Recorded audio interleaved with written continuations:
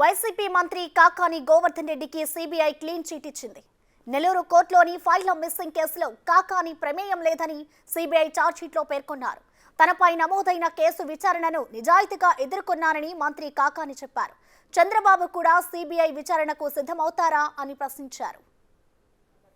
నా మీద విచారణ జరుగుతుంది. ఈరోజు విచారణ పూర్తయింది, ఛార్జ్షీట్ ఫైల్ అయింది, నా పాత్ర లేదు అనేటువంటిది నిర్ధారణ అయింది.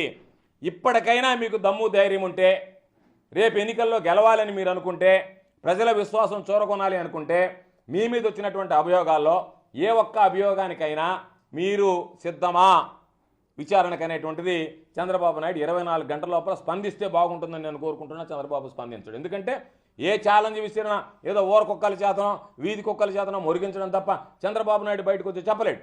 పోనీ చంద్రబాబు నాయుడు అంత హుందాగా ప్రవర్తిస్తాడనంటే మైకి మెడకొకటి తగిలించుకుని వచ్చినప్పుడు ఎంత నీచానికి దిగజారి రోడ్డు సారుడు బజారోడు కూడా మాట్లాడకూడని విధంగా ఎమ్మెల్యేలని మంత్రుల్ని మాట్లాడిపోతుంటాడు. కాబట్టి నీ దగ్గర హుందాతనం లేదు, నువ్వు ఎవరి మీదైనా మాట్లాడతావు. నువ్వు వెంకటగిరి సభలో మాట్లాడిపోయినటువంటి వాడు ఆ మాటలకు కట్టుబడి ఈరోజు ఏమి సమాధానం చెప్తావు అనేటువంటిది ఒకటి. నీ మీద నా మీద వచ్చినటువంటి దాని మీద నేను ఈ విధంగా అయితే కోర్టుకు వెళ్ళి విచారణ చేయించుకోమన్నాను, నువ్వు ఆ విధంగా విచారణ చేయించుకోవడానికి సిద్ధంగా ఉన్నావు అనేటువంటిది రెండవది.